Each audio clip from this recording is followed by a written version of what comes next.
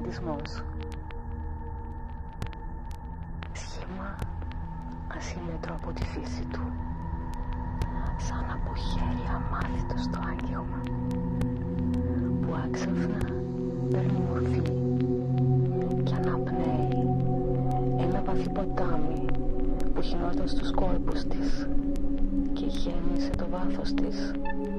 και στα χέρια η σκόνη γινόταν επιλός που τον έπλαθε χωρίς ανάσα σε σχήματα γλυπτά και δρόμους, με χέρι μαθημένο στη γραφή όσων ποθούσε.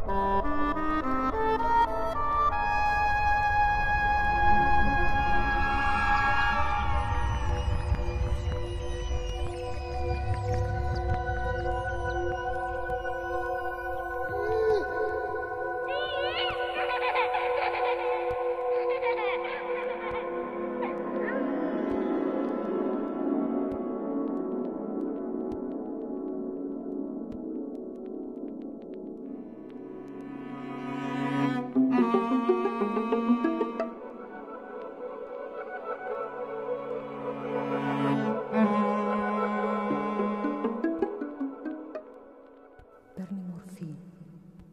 και αναπνέει.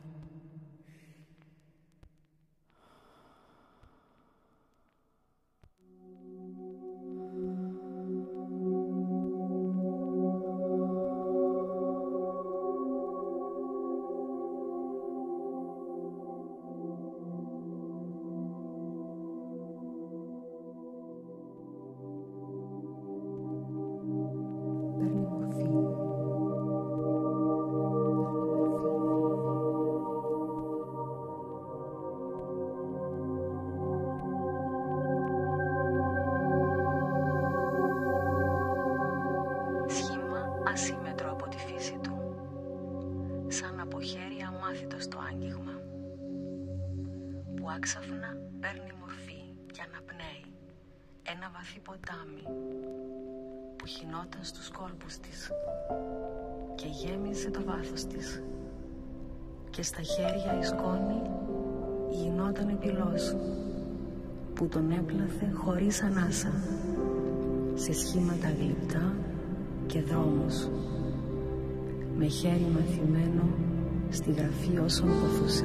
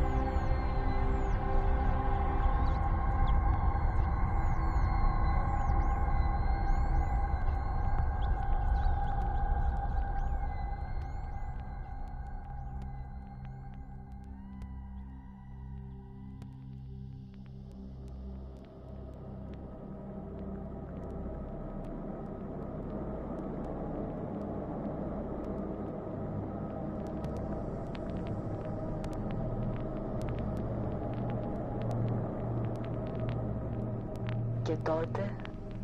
μέσα από τα ποδοβολητά των αλόγων, μέσα από τη σκόνη που κάλπαζε στη θολότητα του τοπίου και στο ποτάμι στάσιμο λίμναζε το δάκρυ, και ο πυλός, αυτός που ήταν η αρχή,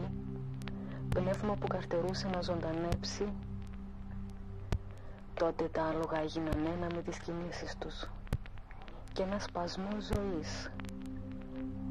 ένα είδος περίεργου οργασμού, αφαίρεσε το παραπέτασμα της σκόνης στη μυστική εκείνη συνάντηση του ήλιου στο εσωτερικό του πυλού.